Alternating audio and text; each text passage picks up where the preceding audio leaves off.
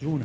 میخواستم یه ترانه خوشگل خب تو دلبروم مامانی برات بخونم که داشته باشی تو گوش، فقط تو گوشیت داشته باشی یا باش. فقط تو گوشیت داشته باشی. تقدیم میکنی به کی؟ به علی جونم، علی آقا. باش.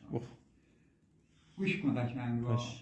میگه از تو تا شب سر کوچه وایسادی کاروبارت شده اللهی، نمیدونی چه کار کنی، میری مواد قاچاق میزنی، با بچه ها توی خونه عرق درست میکنی میخوری تا بالا بزنی، بساط منقل به پا میکنی، میگی که تو بیکاری تو بیکاری، وقتی مهمون میاد خونه ازت میپرسه چی کاری، اون وقت ننه صداش در میاد میگه بیکاره بیکاره بیکاره، بده بده بده به من کار کار کار. این دخترای دم وقت میگن چرا جمعونه همه بیکارن، برای زندگی و ازدواج اونا دیگه حال ندارن.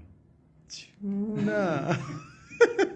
میخوام برام وقت دیگه رو بخونی. یه شب دیگه با یه شب دیگه. یه شب دیگه یه دفعه علیه حالا دیگه آموخته نشه. آره اون مزانی هرچه اینم حالا دوست داشتم خوندم بله نبودی اینجا دلم تنگ شده خوندم حالا اینا. دمت گرم آوی. قربانت. مرسی.